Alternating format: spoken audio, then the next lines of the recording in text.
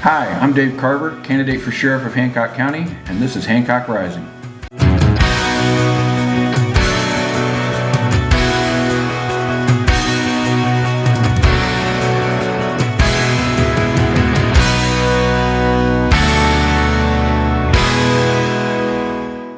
Hello everyone, welcome to Hancock Rising. I'm your host Elijah Waller, co-host here today. Happy to be here, Gage Dicer. And we're sitting here with Dave Carver. Dave. Thank you so much for coming on and taking the time to talk to us. I appreciate you guys offering me the opportunity to do so. So for anyone in Hancock County who doesn't know you, why don't you give us a little backstory about your little experience? How far back do you want me to go? As far back as you want to. Well, I wasn't born and raised in Hancock County. I was actually born and raised in Richmond, Indiana, over in Wayne County. Grew up in a pretty conservative, middle-class family over there. My father worked 3 jobs, like a lot of families did back then. My father worked 3 jobs. My mother didn't work any, and it was so that my mom could stay at home and be with all of us. I grew up in the mid-'70s to early '80s. I graduated high school there in '82, somewhere around probably 1979, 1980. I got the impression that I really wanted to be a police officer. That's all I ever wanted to do at that point. And I don't know whether it was from years of watching old police shows on TV with my mom or whatever, or reading. My mother was a huge advocate for reading, so every day we read something. My mom supported the local library over in Richmond, Reed Library there in Richmond, Indiana. So almost every week we were at the library together getting books. You know, I had a pretty normal upbringing there, but by the time I got to high school, I really wanted to be a law enforcement officer. And I won't go too far back in it because everybody's got a lot of family stuff in it, but I grew up the third in line. There's 4 of us total. I've got an older brother that's a doctor. I've got an older sister that's a nurse. And then I got a little brother that worked in the dairy over there, and he still does. He's been there, I think, 33 years now. But growing up behind a doctoral candidate, and we talked about this off air a little while ago, my brother's one of the smartest human beings I've ever met. He does stuff for a company on the East Coast at a genetic level that I can't even explain, and a lot of people probably wouldn't understand it even if I could explain it, because I don't understand it all. But when you follow in those footsteps, my mother was a huge driver in education. You know, you had to do it, and after a while it wore on me. You know, I had to take all the X courses and the hard courses in school, and I don't know if today's schools still do that or not, but we had Algebra X, Geometry X back then. I was much more adept at language. I really enjoyed it. I took French, Spanish, English, so I was a language major in high school. But where I was going with that is that I got to the point in life where I really didn't want to go to college, but I wanted to be a cop. That's all I wanted to do. So I was like, back then, the only way you did it back then was you either had to have a degree from a college, a criminal science degree from college, or you had to have military background. Mm-hmm. Military probably wasn't my first choice, but I didn't want to go to college. Mm-hmm. So I thought, how do I do it? I'll join the military. And then I thought, well, I don't know if I want to be in the fighting force of the military or not. So, and anybody outside of the Air Force is going to laugh, but I joined the Air Force because the Air Force had a really nice law enforcement program. Mm-hmm. So I ended up being stationed at Wright-Patterson Air Force Base, which was one of the largest bases in the United States, right next door to Richmond. Mm-hmm. And I had just been recently married right out of high school. I had my first child then, and I had another one on the way right after I went into the military. So Wright-Pat worked out really well for me because we traveled home almost every weekend. But I did a lot at Wright-Pat, and I was there 3 years, 9 months, and 27 days. Anybody with a military background pretty much knows those numbers. You know, mm-hmm. You always know that. So I was there 3 years, 9 months, 27 days, got promoted early twice. I was Air Base Airman of the Year the last year I was there. And a little weird anecdotal thing, you'll understand more as we get deeper into this podcast, but I've had a lot of unique experiences in life. The year that I was awarded Air Base Airman of the Year, which would have been 86, I think? Yeah, 86. Was also the year they were redoing the promotion posters and stuff that were inside the Air Force Museum there, recruiting posters. I was actually the recruiting poster boy for security police law enforcement. Had photo shoot done, all of that kind of stuff, and I was in the museum for almost 10 years on display. On the website that I have for this campaign, I've got one of the pictures up there just so people don't think I'm full of it. It's true. It did actually happen. I was odd. It was an odd experience, but I knew then that I really wanted to be in law enforcement, and at the time I had a chance to separate. I had gotten promoted early. I had a chance to separate or go on an isolation tour to Germany. Now, I just had my second child then, and I really didn't want to be away from my family, so I took the initiative. I applied for 256 different law enforcement positions back then, and I was a finalist for the Connecticut State Police or the Indianapolis Police Department. I decided that Indianapolis Police Department was probably the best way to go for me, close to home, family roots here in Indiana, so that's the direction that I chose, and then I went on IPD, and I served 14 years on IPD before I moved on to the next phase of life. We were talking a little while ago off camera again about some of the decisions. When I got to the 14-year mark, I had just made Indianapolis Police Officer Detective of the Year for the police department. That was in 1999. That opened some doors in the private sector, and I got a couple of really decent job offers in the private sector. So I had a really tough decision to make. Did I want to stay for another 6 years and get a full 20 years on? I knew at that point in my career, because I worked with a lot of older officers, that I didn't want to be there for 25 or 30 years and be one of those bitter old cops that didn't have anything else to do. I know me, and I know what goes on inside of my heart. I knew that I didn't want to do that, so I took a chance. I had my wife's permission or blessing, as the case would be, but I took a chance, and she supported me leaving the department. It was all we knew, and it's all that I had known for. If you put the 4 years prior to that on there, 18 years, I was a law enforcement officer either in the military or at Indianapolis. So we took a shot, and I left the department, made pretty good money for about a year and a half, and we went through the 9/11 era. I was working at the time of 9/11 as a private investigator for a company called Mantech out of Virginia, and was doing background investigations for the Department of Defense. I was a federally credentialed investigator. But when 9/11 happened, they froze all those contracts. So I was out of work again shortly after that. That was a huge blow to me way back then. I had taken a shot and left law enforcement early. I left a full pension early. And then I went into the private sector, and within about 3.5 years of being in the private sector, things started to fall apart. So then you start thinking, well, did I make the right decision? Did I choose wisely or not?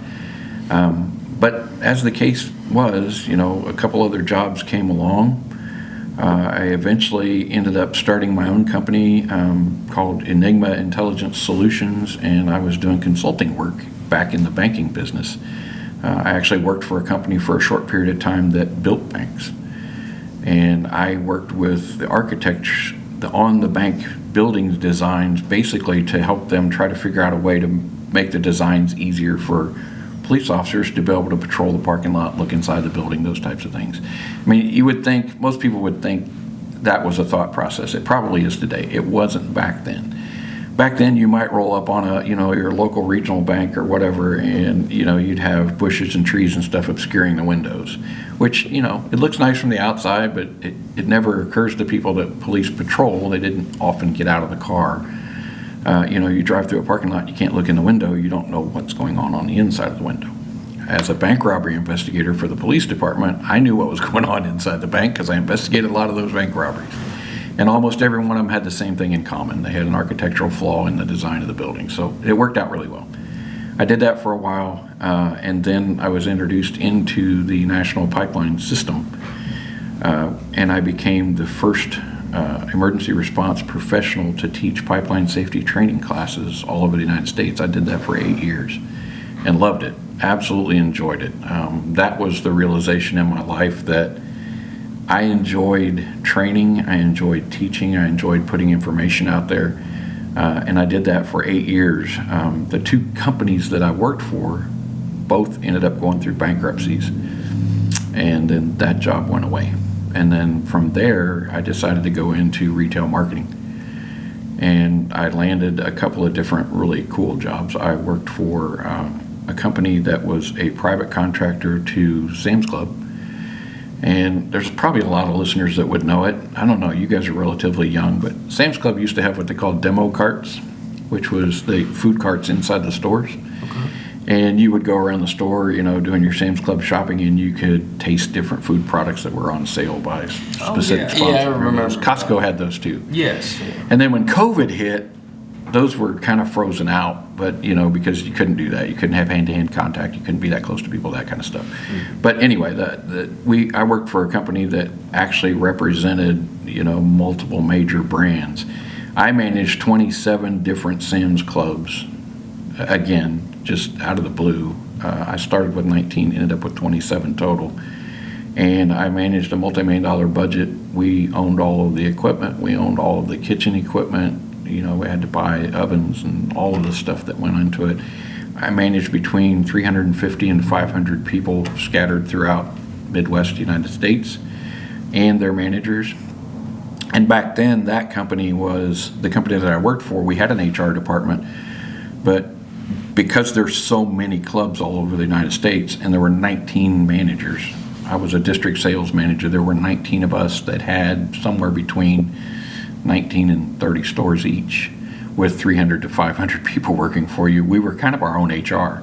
So I learned a lot of HR, how to manage people, how to hire people, how to do all of those things. So I had a really well-rounded background coming into here. I landed into Hancock County. Into Hancock County. And when we landed into Hancock County here about 15 years ago or so, being that I always want to help people and I've always wanted to be involved, one of the first things we got involved with was the Rotary Club here. Started trying to figure out ways that I could be involved in the local community, and this was consecutively with me managing those Sam's Club stores because I managed them from here. So I worked from home, but I traveled a lot too. So we got involved in that. I got involved in Meals on Wheels. I did a lot of volunteering work here. I got to know a lot of the leadership that we have right now through several different organizations that we worked for at the time. Rotary and Meals on Wheels were the two biggest. And then in the last few years here, as I've gotten a little older, I was introduced into a program called A Better Life Beyond Hope, which is an addiction recovery group in the state of Indiana. We have chapters in about, I think it's 25 counties now here in the state of Indiana, 2 in Ohio, a couple down in Kentucky, and 1 in South Carolina. And I was the first law enforcement officer to ever work in an addiction recovery program. Again, no background in it, but I started the basics. I would go to the meetings. I sat in the room. I paid attention to what people were doing. One of the things that we did with those meetings to introduce each and every one of those meetings was we always provided a meal, because the environment that we wanted was some of the environment that might have been missing in an addict's life, the family dinner being the thing. So we always provided a meal, and I love to cook. My experiences working with Sam's Club and doing food demos and everything allowed me to cook a lot. Mm-hmm. So I've gotten really good at it, and I love to cook, and it was a way for me to contribute and get even deeper into those programs. And then they found out that I had a training background, so I wrote devotionals. I did some training classes for those. And then within, I think it was the 5th year I was there, I was elected on to their executive director's board. So I did that for a year, and then within the last 2 years, I was named president of that board, where I helped with a lot of the marketing and promotional and background stuff to try to make sure that the organization stayed healthy enough to keep moving forward. But I had to resign my presidency when I ran for this position. So when I declared back in the fall is when I got out. Well, Dave, I was going to ask if there are parts of your experience that you thought were most relevant, but to me personally, you've described experience in law enforcement being on, you don't say IMPD, right? You say, I was never on IMPD. I was an IPD officer. And the reason I say that is because I never had that on the patch. Right. It wasn't on the uniform. I was an IPD guy. I gotta know, just real quick, is that what was your favorite thing to cook while we're still on that subject? What's my favorite thing to cook? I'm really good at barbecue. Okay. I'm also really good at anything Italian. okay. And when I was in the pipeline industry, since you brought up food, when I was in the pipeline industry, you had to travel all over the United States. One of the things we had to do for that, let's talk about that for a second. I taught police, fire, and emergency management people how to deal with natural gas and petroleum-related pipelines in the event of a disaster. And we're not talking like the little ones that serve your house. Those are service lines. We're talking like the 36-inch transmission lines that when they go boom, people die. Those types of disasters. Well, those were not mandatory training classes for police, fire, and emergency management people. They're considered part of the stakeholder audience. They were only mandatory for the excavators and contractors. So they were trying to figure out how we expand this program, and they did right before they hired me because it was always taught by pipeliners. Where I was going with that is everywhere we went, the only way we could get a lot of people to show up was we did it around a dinner. Plus we had sponsors, and you guys understand in the podcast industry how important sponsorship is. Our sponsors were multi-million-dollar pipeline companies or billion-dollar pipeline companies. I worked for some of the largest ones. And they would pay me to come in and put on these training programs. And we did 4 a week, Monday, Tuesday, Wednesday, and Thursday, and each one of them was about an hour apart from the last one, and that's because we followed those 36-inch pipelines. One of the coolest things for an eater or a foodie, like you guys both have expressed that you are, is I got to eat a lot of different foods in a lot of different communities. And everywhere I went, you'd show up in West Virginia, you could eat at McDonald's all day, every day. You can find a McDonald's, you can find Wendy's, Burger King, whatever. You'd show up in West Virginia, I would go to the front desk of the hotel we were staying in and said, where do the local people eat? And that's where I'd go. Any place that had barbecue, I went to. But one of the coolest things I ever did was I was down in Louisiana for 9 weeks. I never ate Cajun food, never ate anything like that. I completely immersed myself in their environment. And one of the things I'm really good at now, back to what you were asking, is I'm really good at gumbo. I love a good gumbo. Good gumbo. Yeah, that's I've always wanted to do. Just remember, brother, it's all about the roux. If you don't get the roux right, you don't get the gumbo. I've heard that. I've always heard that. I've never had a seafood boil before. I have once. I'm not going to go to Red Lobster and get theirs either. I want to get a true seafood boil. Have you ever had boudin sausage? I don't think I have. I can't say I have. Boudin sausage is a Cajun sausage. It's kind of like a smoked sausage, but it's got stuff in it that you probably don't want to know about. But it's some of the tastiest sausage you'll ever eat in your. I mean, real boudin, and it's made at home. It's not. You don't go to the market and find boudin sausage. Where are they putting in the sausage? It's like a don't ask how the hot dog. Yeah, you don't want to know that. It's like politics. It's like law. It's like hot dogs. You don't want to ask about how the law's made or how the hot dog's made. You just enjoy it or not. Hancock Rising, law and hot dogs. Well, you want to talk about cops and food. Cops know how to eat. Oh, yeah.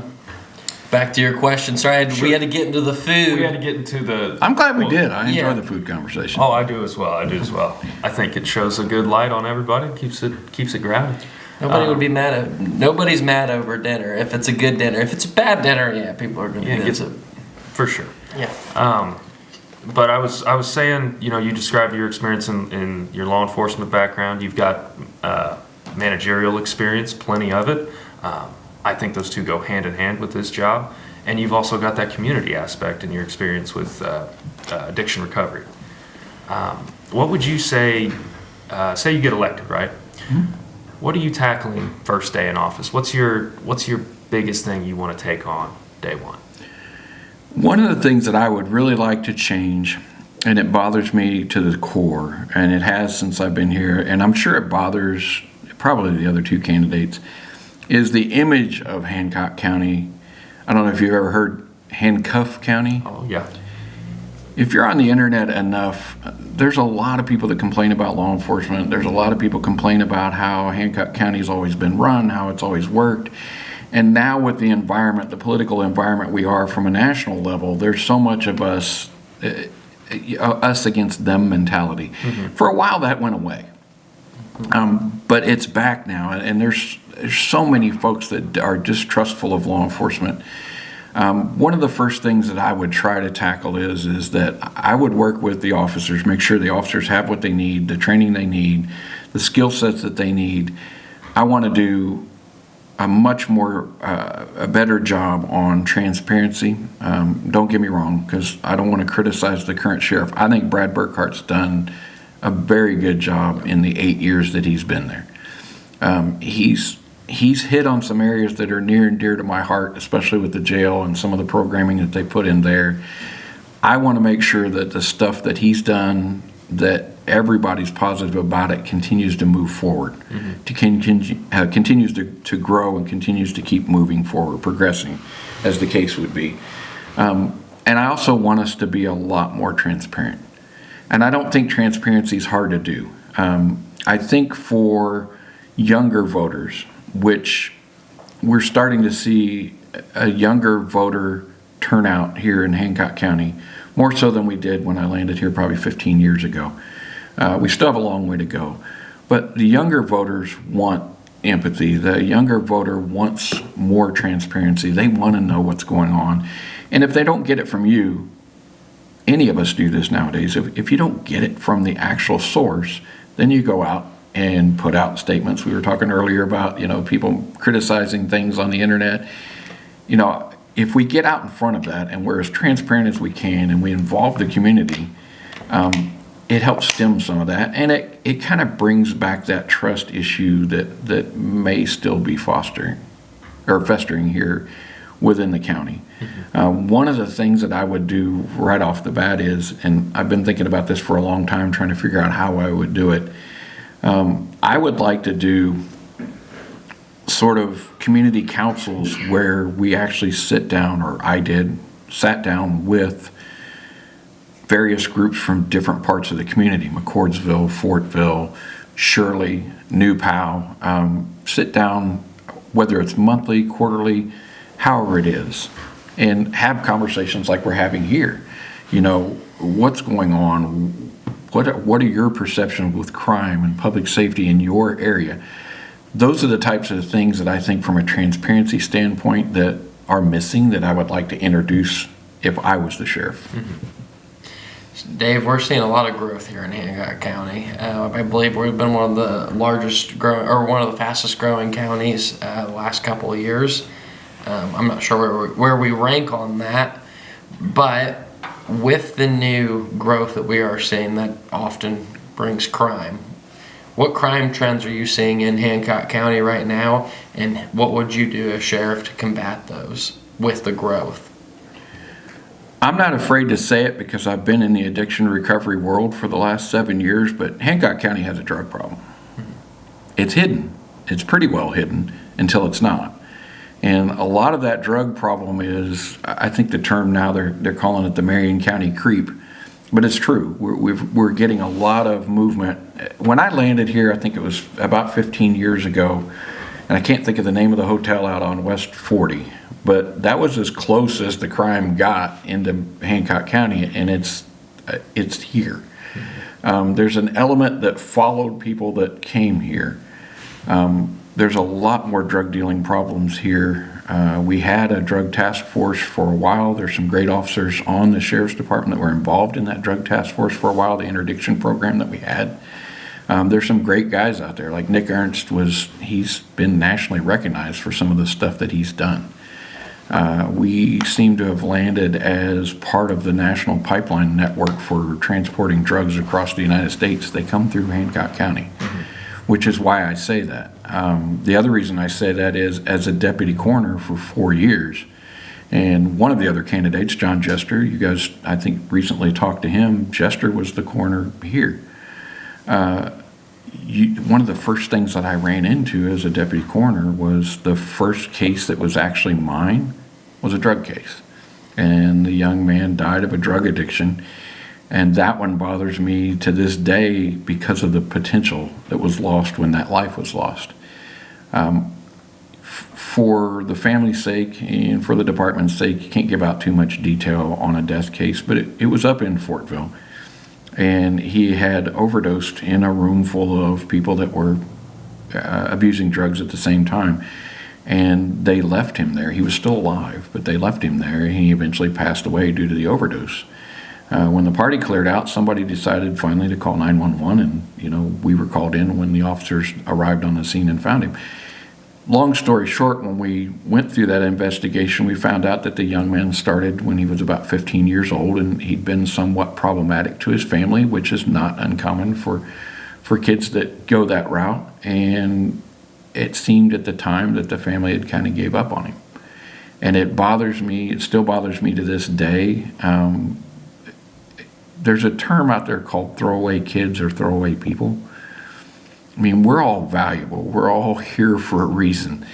And when I said a second ago about potential, it really bothers me, especially at this age, to see a life of potential that was wasted on the drug itself, and nobody tried to help. I mean, they probably did. I don't know that much about the detail, but they gave up. Mm-hmm. And we didn't get this kid in the right program. We didn't get him in the right direction. And I can bring that back to the jail. While we have them, and which is why I praise Brad for what he's done, and I praise the courts for having drug courts now. Those programs didn't exist when I first landed here, and nobody had ever thought about that. Brianna's Hope was one of the first that I know addiction programs in the country that managed to get a chapter inside a jail. Now, it wasn't an Indiana jail. We still are. We're in Ohio. But there's an actual chapter of addiction recovery in an Ohio jail there. And then that started being spoken about here locally, and then doors started opening.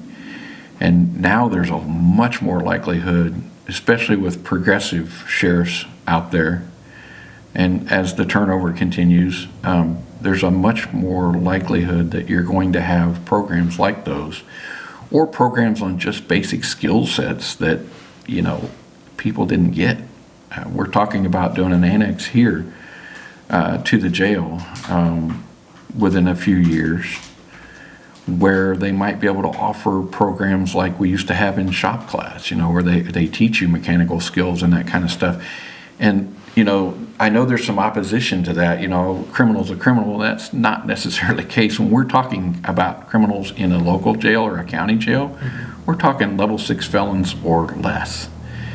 They're going to be released back into society. So do we want them to be punished and hardened as criminals, or do we want to try to take the advantage of why we have them, year and a half, whatever that time period is, and help fix some of those problems?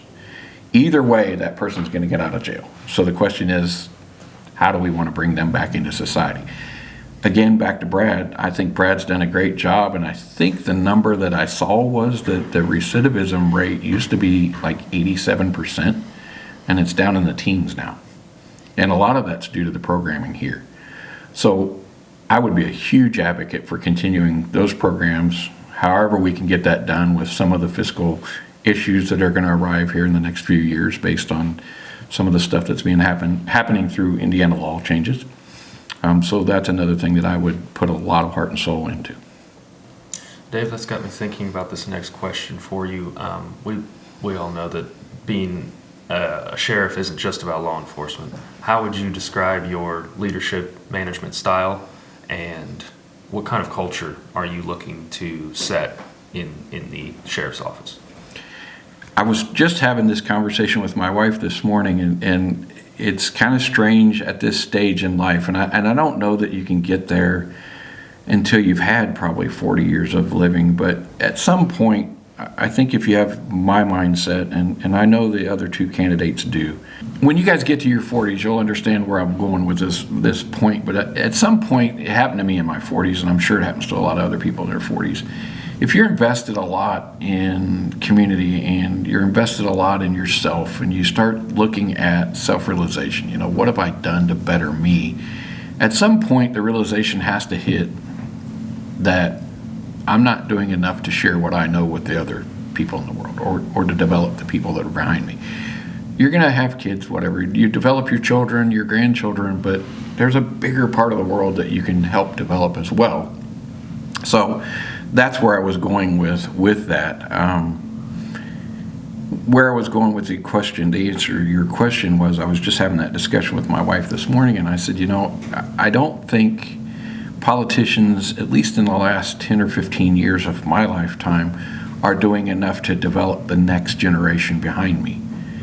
I'm the oldest candidate in this race. I'm not afraid to say it. I just turned 62 on January 23rd. I probably only have 2 terms, if and or when I win this race, to do. 8 years puts me at 70. I don't want to be the guy hanging around at 70 years old, trying to get a pension, trying to do this. I wanted to make my mark while I can for the next 8 years or so. I feel good. I feel great. But this is it. How do we take this department, keep it progressing forward, develop those officers on this department in that mindset to continuously develop better officers, better relationships, better community involvement? Those are the things that are passionate to me, and that's the stuff that I would like to do over the next 4 years if I'm chosen to be the sheriff. With that, what specifically do you expect from your direct deputies and direct staff? One, I need them to be fully invested in the job that they're doing. I will provide the tools that go with it. The department always does, but I want them to take training courses. I want them to reach out and say, hey, I want to know more. Mm-hmm. How do I do this? I want them to have character, morality, empathy. Those are the types of characters and principles that I will bring in as the sheriff. I want law enforcement to be what it was, and I think we were talking about this off camera as well. I want it to be where it was probably 25 years ago. We have to get out of the us versus them environment that we're in. And, we're just one of 92 counties. So let's work on this county, and let's work on getting relationships back from the officers to the people that we patrol. There's nothing wrong with stopping and talking to people. There's nothing wrong with shaking hands with folks. There's nothing wrong with seeking to help people. And I'm not saying those things don't happen. They don't happen often enough anymore, and I understand why. One of the things that I looked at over the years, and people may have not have seen it or not, is that we've militarized law enforcement a whole lot more than it used to be. I'm not against some of that. I know the clothing is a lot better to wear than what we used to do. Back in my day on IPD, we were wearing what they used to call Class A uniforms. That was our regular uniform. It was a dress uniform. Nowadays, you don't see anybody wearing stuff like that. They used to have a shoe called a chlorofam shoe, which was the highly shined plastic thing. Those things were horrible. You couldn't chase people down. You couldn't run in those shoes. We all violated the rules back then. When I worked late shift, we used to violate the rules. I wore black high-top Reebok tennis shoes. Mm-hmm. We weren't supposed to. But if you were chasing bad guys all night long, it was going to be a whole heck of a lot easier. I want to see some of that brought back. I want to see some of, not the clothing part, but I want to see the relationship part brought back. It's not a bad thing to be a good guy. And we have to figure out, and I think it comes from the executive level, which is the sheriff's job. I think we have to figure out how we get that trust back in all cops. Mm-hmm. And kids that growing up want to be a cop. I mean, most of the time when you talk to children nowadays, you don't get a whole lot of, I want to grow up and be a police officer. They want to be a podcaster. Yes. Those losers. They do. Yeah. I'm just kidding, too. I have 3 podcasts, so I know, but that's what I would like to do, and those are the other thing that I'd like to express on that is that I don't know how much people view what the sheriff's job really is, and the sheriff is the top administrator for that job. He's much more of a CEO, much more of a CFO, and much more of a leader than the guy that's out there chasing bad guys doing those kinds of things. They don't do that. Our sheriff now spends an awful lot of time, Brad himself spends an awful lot of time working with the community, going to public events, working with the council, working with commissioners on budgeting and how to make sure that the officers have what they need to be able to do their job. The other thing that I think Brad needs to be commended on, and that we all need to realize with this position, and why I think it's much more CEO oriented than it is law enforcement oriented, is we handed Brad Burkhart 8 years ago a couple of the biggest challenges that any sheriff would ever face. One was a brand new jail. So he had to work through the logistics of moving a jail from downtown to the new facility where it's at, working through the bugs of the new jail, because if you've ever been in a new facility, not everything's perfect the first time around. I don't know what all his problems were, but I'm sure there were problems there. Working through those problems. And then on top of all of that, we threw in COVID. And we said, oh, by the way, Brad, you're in a brand new jail, and you've got jail officers working for you that are in an environment where they may be bringing COVID into the jail. So we're going to have to throw in a whole bunch of restrictions, a whole bunch of other things that go on. It was just a really tough time. You don't get that from a street level officer. You don't come off the streets and go, okay, I'm going to learn how to manage the jail as I go. You have to have some experience doing that. Now, Brad fortunately was in that pipeline of sheriffs that spent time in the administrative side of the house before he became the next sheriff. This is the first time that I know of in at least 30 years, maybe 40, where the top two administrative people on the department didn't run for sheriff. In fact, it's the first time that I'm aware of in the last 30 years that only one person on the sheriff's department ran. The other two candidates were both outsiders, being outside the department. Those are things to think about. And it's a perfect opportunity for a candidate like me or a candidate like John Jester, because we both have very similar backgrounds in the administrative side and the executive side to actually make this work. Charlie horse. I got a bad Charlie horse there. Like, man, he got really casual there for a second. Yeah, like, sorry about are that. We done? Oh, no. Dave, you touched up on it a little bit, but often talked about in law enforcement is training standards. How do you feel about the current training standards, and do you think there's any kind of training that gets overlooked or doesn't get enough attention in law enforcement that you would want to focus on? COVID brought us into the mental health era of training standards. I will tell you, back in my experience days, mental health was never handled on the street level. It was never handled by an officer. We're basically not equipped to do so. I'll date myself a little bit. I was on IPD when Central State, which was the state-run mental hospital, was still in existence. Central State had a lot, and it was all mental health issues. Central State had a lot of issues. I believe it was the Indiana ACLU filed the lawsuit. Central State got shut down. The people that were at Central State were released onto the streets into halfway houses. And I have firsthand experience with it because we helped manage some of those guys. They put them into halfway houses wherever they could find, all over central Indiana, all over Indianapolis. And basically, we had mental health patients that weren't getting the help that they needed that were put back out on the streets.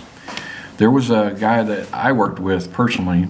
He was in a halfway house somewhere out on East Washington. I don't remember the exact address now. His name was Ron Llewellyn. He's since passed. But Ron Llewellyn he had a sexual addiction issue. He had some sort of issue with that part of his mental health. Otherwise, he was relatively functional. But the easiest way I can say it without being graphic, he was pretty creepy if you put him around women.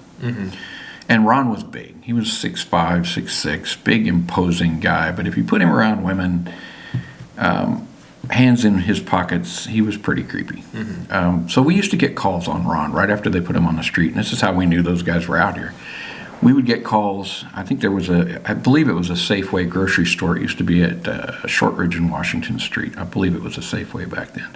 But we'd get calls that Ron was out there and he had scared somebody or harassed somebody, followed somebody around the produce section or whatever. And, we met Ron, and, Ron was a really nice guy. And I don't know that Ron knew he was doing what he was doing. And we would, instead of taking him home, the lady and I that worked with me, we asked him where he lived. We established a relationship with him. We'd get him back to his house. And then we found out through a period of time that Ron was supposed to be taking medicine. And the medication that he was on made him sleepy. And the reason he didn't take it was because he didn't want to be sleepy. And he had a job. He delivered the Indianapolis Star newspaper back then. So at 3 o'clock in the morning, he was up waiting for them to deliver. Way back then, they used to deliver the newspaper that way. Drop off his bundles of papers before he went out and did his paper route. So he'd get bored. He'd go to the grocery store. He'd go whatever. And next thing you know, we'd get a radio run on Ron. Ron didn't have a whole lot of things in life. So as street officers, we'd go to dollar stores. We bought him items. But one of the things that we did every night to keep us from getting a radio run on Ron in particular was we'd go to his apartment right after we'd get out of roll call at 9:30, 10 o'clock at night, knock on the door, make sure Ron took his medicine in front of us. So at that point, we're not really acting as police officers. We were much more social worker, mental health worker, those types of things.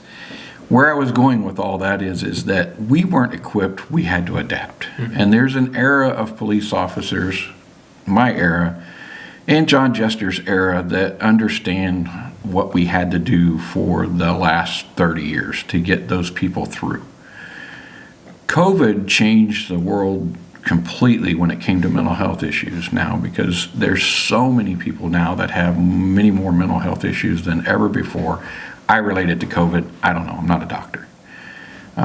Where I was going with that is that we need to get an upgrade in mental health type training, and I know they're already doing it, but we need to continue to upgrade the mental health type training, working with some of the social services, and I know there's a lot of pushback from street officers even to this day of, I'm not a social worker. If I wanted to be a social worker, I get it. But you're the first line, and or dispatch.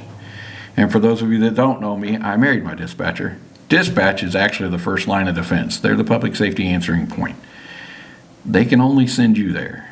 You can only do so much when you get there, but you can also be empathetic when you're doing it. And a lot of that comes through training and or why you became a police officer.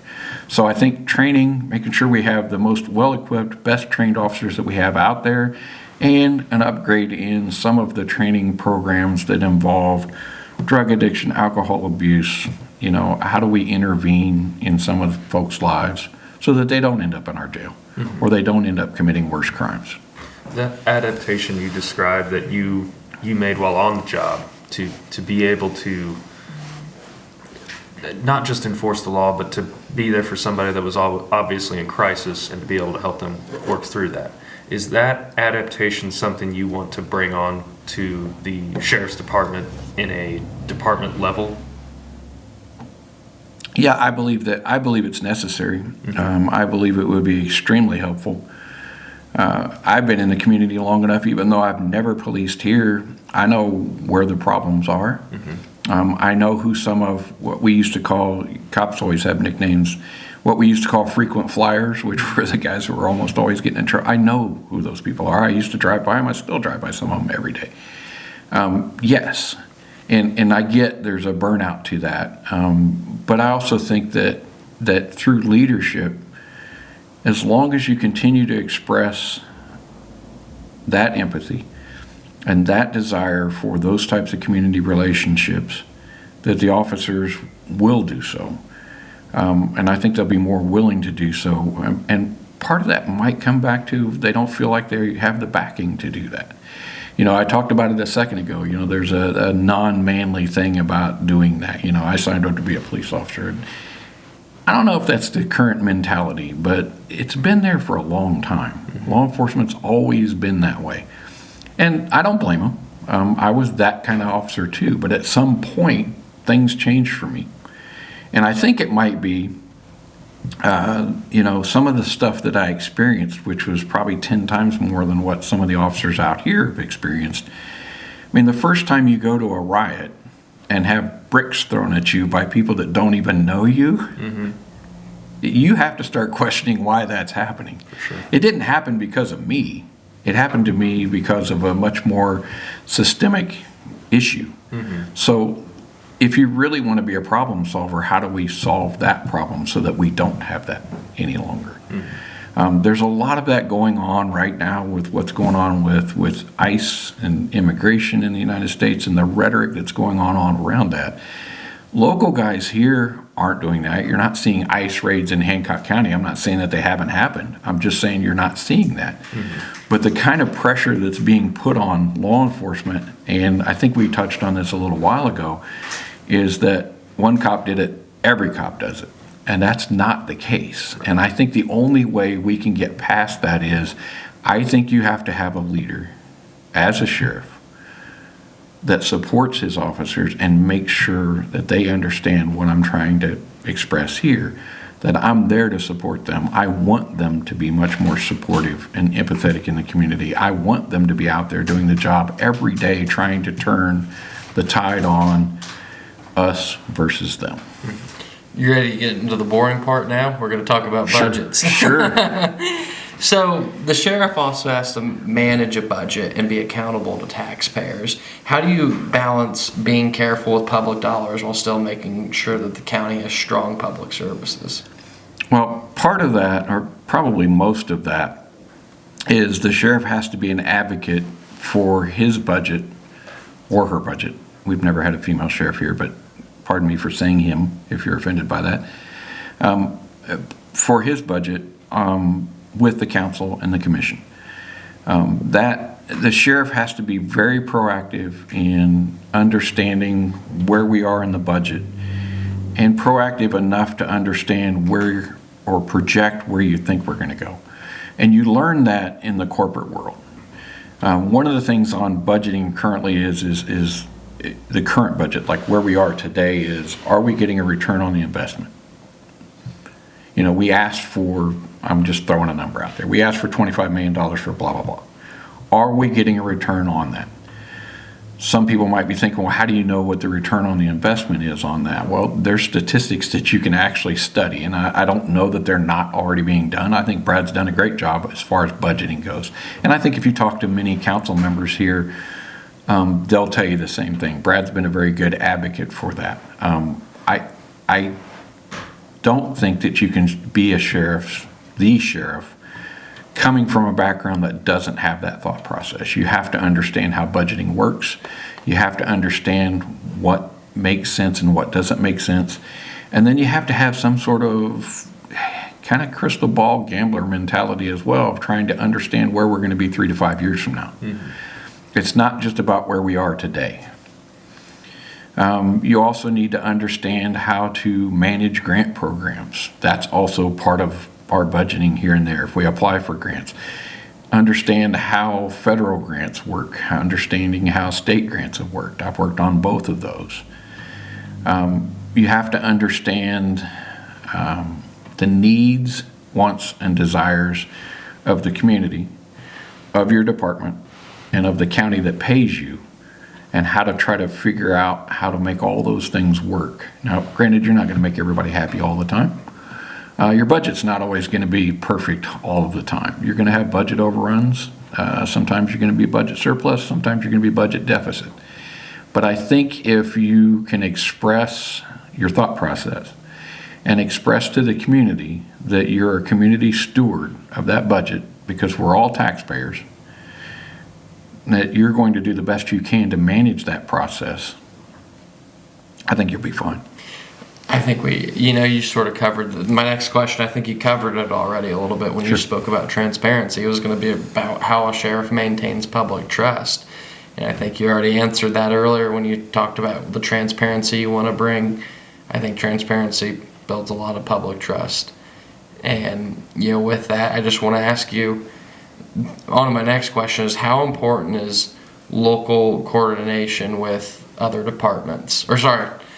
how important is it to work with other local departments in Hancock County as the sheriff? Well, I can demonstrate it a little bit through an anecdotal story. God, I want to say, I think it was 5 years ago, maybe 6 years ago, when we had the jet crash out on the west side. Were you guys around when that happened? I don't remember that. It happened after a 500 race weekend, like a Bombardier jet. They had brought the plane in here for reconditioning, happened to be here 2 weeks prior to the 500 race. It left the Monday after when the race would have happened, but it was rained out. And on Monday morning, it had finished raining, and I believe they ran the race that afternoon. But that plane took off. I don't remember the exact cause, but that plane took off, and it ended up crashing in a cornfield within a half mile of the runway out at Mount Comfort. One of the biggest incidents in the county that brought in a whole lot of places. I mean, you're talking responses from state police, McCordsville, Fortville, Buck Creek Township officials were out there, Sheriff's Department, Buck Creek Fire was there, and anybody that listens to this podcast, I apologize if I don't get you all, but there were a lot of us out there, including the coroner's office out there. In addition to all of those elements being there, there had to be a coordinated effort between those agencies for some of the things that happened when they were out there. Like, there were a couple of agencies, and I'm not going to call them out, but they drove into the field and buried vehicles because they didn't realize that it was that wet. Mm-hmm. You guys have a farming background. I know you do. Yeah, I have do. a farming background. Farm fields may look a little bit more dry on the top when you got 2 feet worth of mud underneath. I've gotten a tractor Yeah. to stack. So we had a couple of those incidents where folks got equipment stuck out there. I think there was a grass truck that got stuck out there. I don't know which agency. I don't think it's important. But there had to be a coordinated effort to try to figure that out. One of the things that stuck with me as a deputy coroner was the effort that the Sheriff's Department put in at the time of that was they coordinated with people that had gators that could actually drive into the field. And we set up an area off of the roadway out there, which was the Central Command area. And I say we, I was a deputy coroner. It wasn't by Dave's hand, it was just being done. But they set up an area and I was part of the we, where they actually shuttled us out to the accident site. I got the call for the coroner's call on that within, I think it was 30 minutes of the crash. When I got there, it was still on fire because it was a fully loaded. It was on its way back to Phoenix. It was fully loaded with jet fuel. And I don't remember what, like I said, I don't remember what happened. I think the final result was they miscalculated how much fuel was in it and they took off at a much steeper angle and it caused the plane to turn over and it flew straight into the ground. So there was a lot of coordinated agencies out there, and it was guys that I think from a leadership standpoint, as long as you're not us versus them in your mindset and you're not egocentric in your mindset, I think a lot of that goes on here now. I know it does, especially in that northwest side. Fortville, McCordsville is growing faster than any part of Hancock County currently. And their agencies are relatively small compared to the Sheriff's Department. So there's always, for additional requests for assistance, there's always that. I think what we've done here has been pretty good. The officers here all work together pretty well. I think as long as management continues that thought process, that standpoint of encouraging working with the other agencies and not having a reputation of not working with the other agencies, it works well. Because it worked really well with that plane crash. And I think in that too, you also highlighted how big of a role that the sheriff plays when major or when severe incidents happen or major emergencies. And so I know Gage had a question next for you.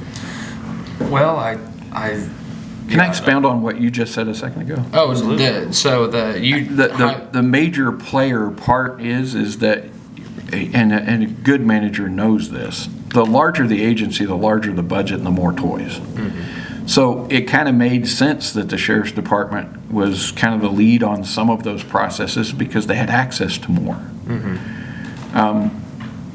some of the gators that we used were brought in by some of the farming community that had a relationship with the sheriff's department. If they didn't have that relationship, if I was the next sheriff coming in and I didn't foster those types of relationships, we wouldn't have had those back then. And it was a great point that you brought up. It inspired me to think of that, but that's typically the case everywhere. I saw it on IPD. When you're on a department that has 1,157 officers, you're the big boy in town. We have more resources. We had more budget. We had a bigger SWAT team. We had our own firing range. A lot of what Hancock County has here. When you're the lead agency, and lead being by size, not necessarily by ego or because I say so because I'm the sheriff, but when you're the biggest agency around, the big dog around, you've got most of the toys. So I think as long as those relationships stay, we will never have a problem with that. I know it won't happen under my command. Absolutely. It will never happen because an officer is an officer. I don't care what uniform you're wearing. You call for help, you're getting help. Yep. Dave, my question's we're getting into the final bits of the show here, and Sure. We ask this question to everyone that comes on. What's your favorite thing about Hancock County?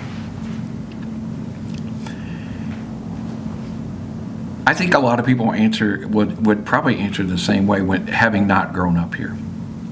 The community itself, to me, is probably my favorite thing. It's been that way since I got here. I make the remark sometimes that I can't believe it took me 15 years to get here. Why didn't I know this before?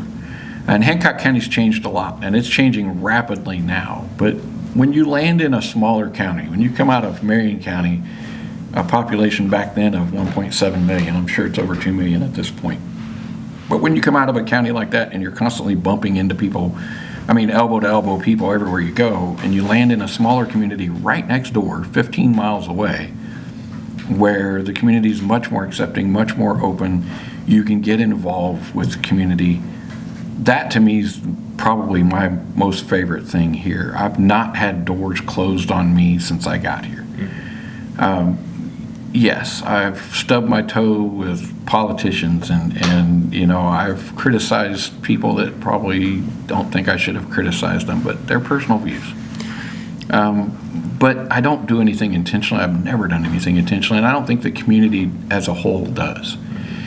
I think the community wants all the same things. We all want a good place to raise our family. We all want a place to, that we can call home, that's safe. Most of us want a place where we can be involved in other things besides us, outside ourselves. And all of those things are offered here in Hancock County. And I think as we expand, let me expand on that just briefly. There's a lot of people that think expansion's bad. I don't think so. Growth is good. It's how we manage that growth that can be either classified somewhere down the line as good or bad. We need more opinions. We need more things. One of the things that drew me to this podcast, whether you ever brought me onto it or not, was being a podcaster myself. I'm trying to get helpful messages out there. You guys introduced a concept that's been long needed here.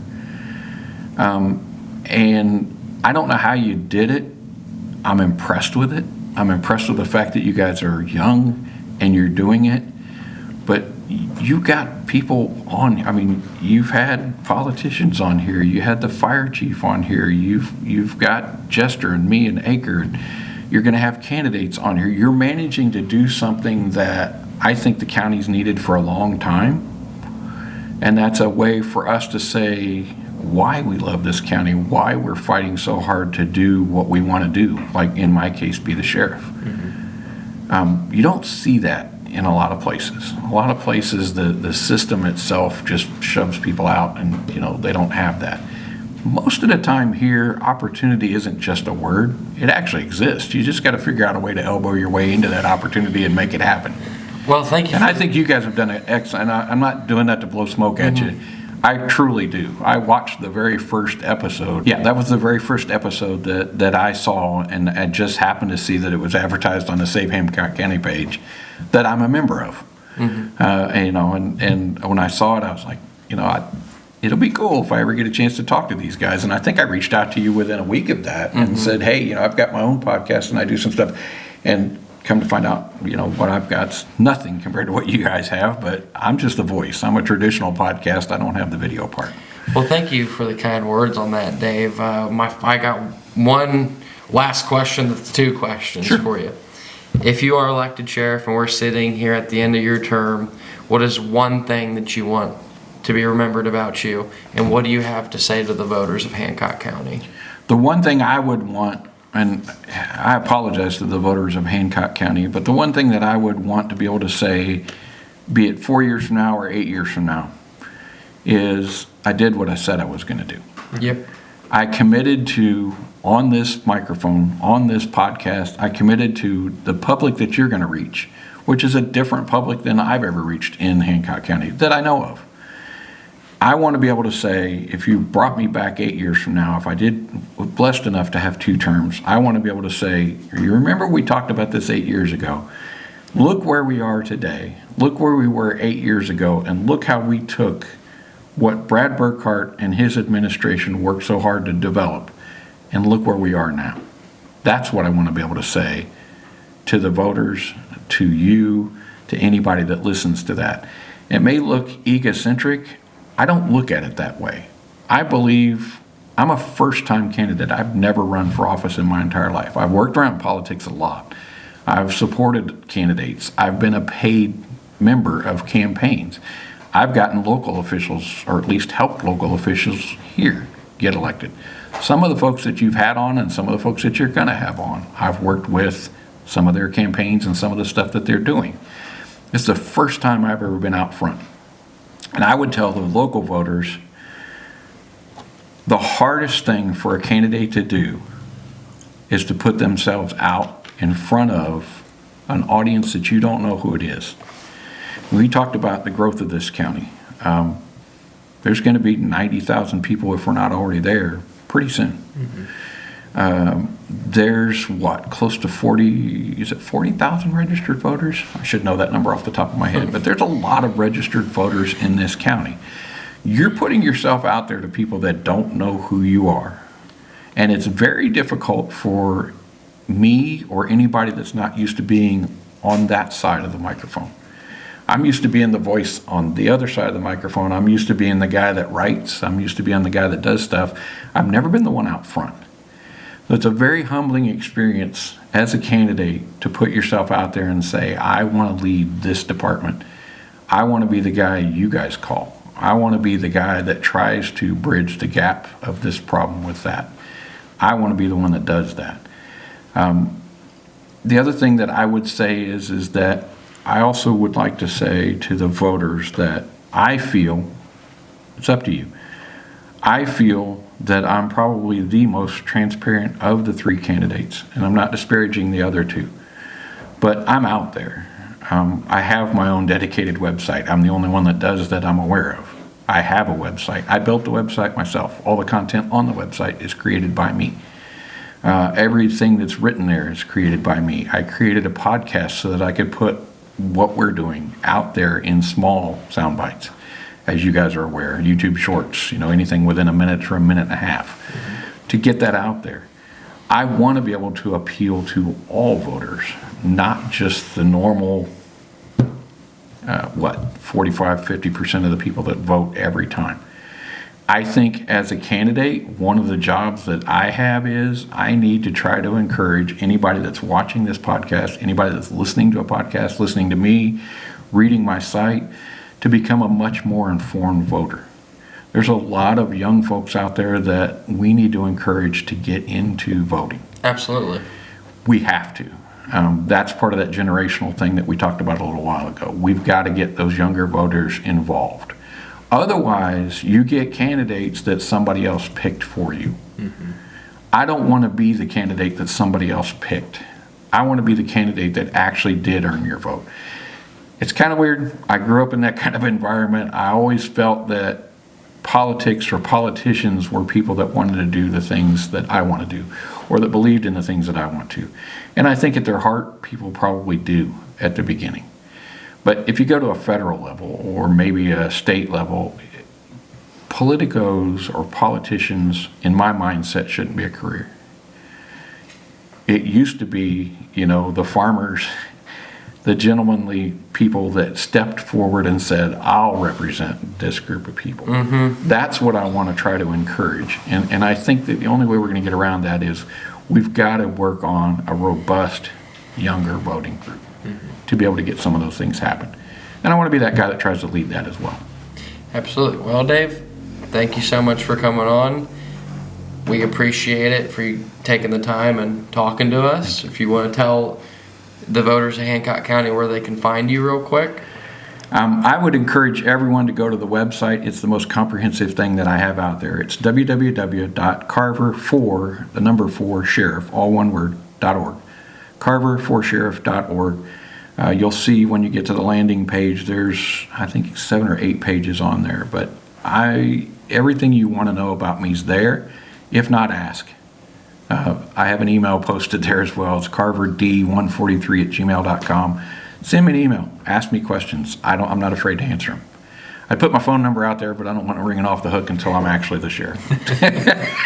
Thank you so much, Dave. Likewise, I'll echo the same. I appreciate it, gentlemen. It's great talking to both of you, and I wish you guys and this podcast much success. Thank you. That's from my heart. It really is. Absolutely. Thank you.